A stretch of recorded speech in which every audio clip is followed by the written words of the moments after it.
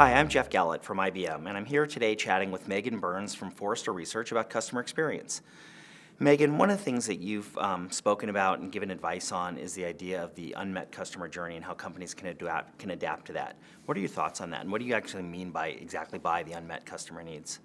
Sure. There are so many things when customers are trying to accomplish their goals. They often have a very different definition of what those goals are than what companies necessarily think about. Either we take a very functional approach to what they're looking for and we miss out on some of the more emotional needs, or we just don't always understand the context of the bigger picture of what they're doing, and there are opportunities to deliver things that they're looking for that add additional value that companies just don't pick up on. And many of these needs are things that if we ask customers about them, they may not even think to mention it. They may not even be aware of it, but if you're careful and you pay attention, you can find things that even they themselves weren't aware that they were looking for.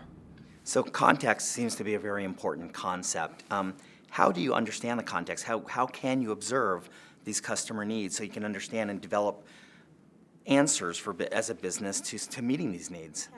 That's exactly what fields like ethnographic research do.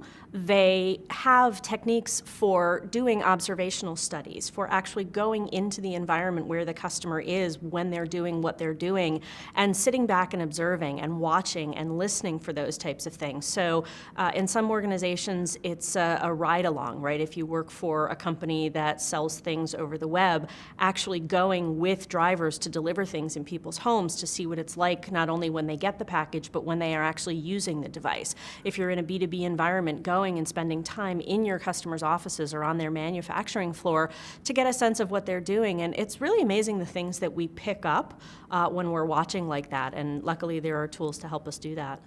So it seems that the key thing is just giving yourself the ability to see what the customers are doing, how they're doing things, what they're observing, or observe what they're doing, and adapting as you can, whatever your application is or whatever you're trying to deliver to meet that need.